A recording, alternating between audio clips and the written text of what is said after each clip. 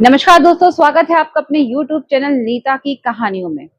दोस्तों, इंसान चाहे कितनी भी कोशिश क्यों ना कर ले, वो कहीं भी जाए, कुछ भी करे, लेकिन होता वही है जो उसके भाग्य में लिखा होता है। समय और भाग्य से बढ़कर ना ही किसी को मिला है और ना ही किसी को मिलेगा। ऐसी एक सच्ची कहानी आज मैं आपको सुनाने जा रही हूँ, जिसका कई बार उल्लेख महाभारत और भगवत गीता में भी हुआ है। एक कौवे की ना गरुड़ से दोस्ती हो गई, और दोस्ती भी इतनी पक्की, इतनी गहरी कि दोनों आपस में अपना सुख दुख बांटते। दोनों एक दूसरे के साथ हमेशा रहते। आप दोनों ना कभी भी एक दूसरे से कुछ नहीं छुपाते। धीरे धीरे समय बीता। एक दिन क्या हुआ, नदी के किनारे एक पेड़ था, उस पर दोनों बैठे हुए थे और बैठ के अपने आपस में बातें कर रहे थे। तभी ना वहां यमदूत जी पहुंचे और कौवे को देखकर मुस्कुराने लगे। कौवे ने देखा और देख के अनदेखा कर दिया। दूसरे दिन भी यही होता है, यमदूत जी आते हैं और कौवे को देखकर मुस्कुराते हैं। कौवे ने फिर देखा, थोड़ी सी उसकी मन में शंका हुई कि कुछ गड़बड़ है। तीसरे दिन फिर यमदूत जी आते हैं और फिर कौवे को देख के मुस्कुराते हैं। अब तो कौवे को ना कहीं ये शंका पैदा हो गई कि क्या मेरी मृत्यु होने वाली है, जो यमदूत जी रोज आते हैं और मुझे देखकर मुस्कुराते हैं।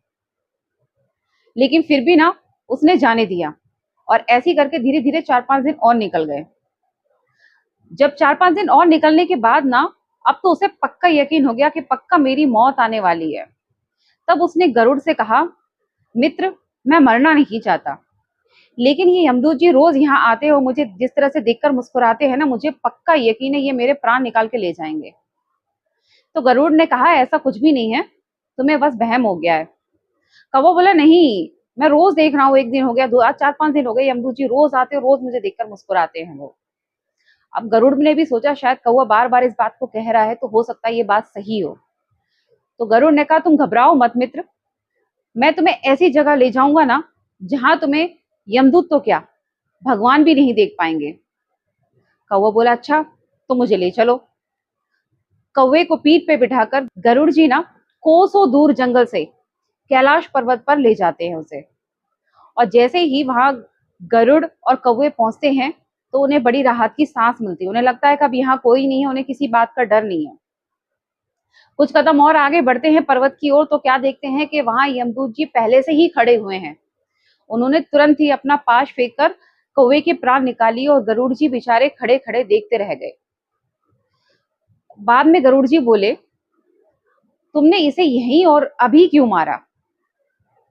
तो यमदूत जी बोले, वो इसीलिए क्योंकि इसकी मौत यहीं और इसी समय लिखी थी।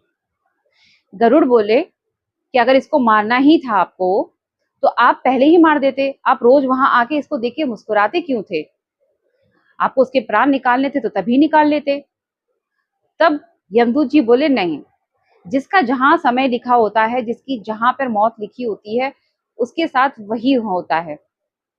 कहने का अर्थात ये है, मैं तो बस वहां इसीलिए देख देख कर मुस्कुराता था कि इसकी मौत का कुछ ही समय क्षण था, और मैं ये सोचकर हमेशा मुस्कुराता रहा कि ये इतना छोटा सा जीव, जिसके पंख भी छोटे हैं, इसकी उड़ान भी ज्यादा ऊंची नहीं है, तो ये भला कैलाश पर्वत तक कैसे पहुंच सकता है।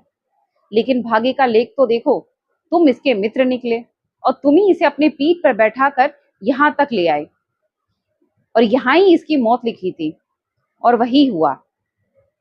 गरुड़ जी को समझ में आ गया कि मौत और भाग्य से कोई नहीं भाग सकता। तो कहने का अर्थात ये है दोस्तों, कि मृत्यु और भाग्य, इससे चाहे इंसान कितनी भी कोशिश कर ले, भाग नहीं सकता। हाँ, अगर समझदारी और सच्चाई के साथ जीवन यापन करोगे, तो आपका सम्मान समाज में बना रहेगा। आपको ये कहानी कैसी लगी, प्लीज हमें कमेंट बॉक्स में कमेंट करके बताएं, और हमारे चैनल को लाइक और सब्सक्राइब करना ना भूलिए।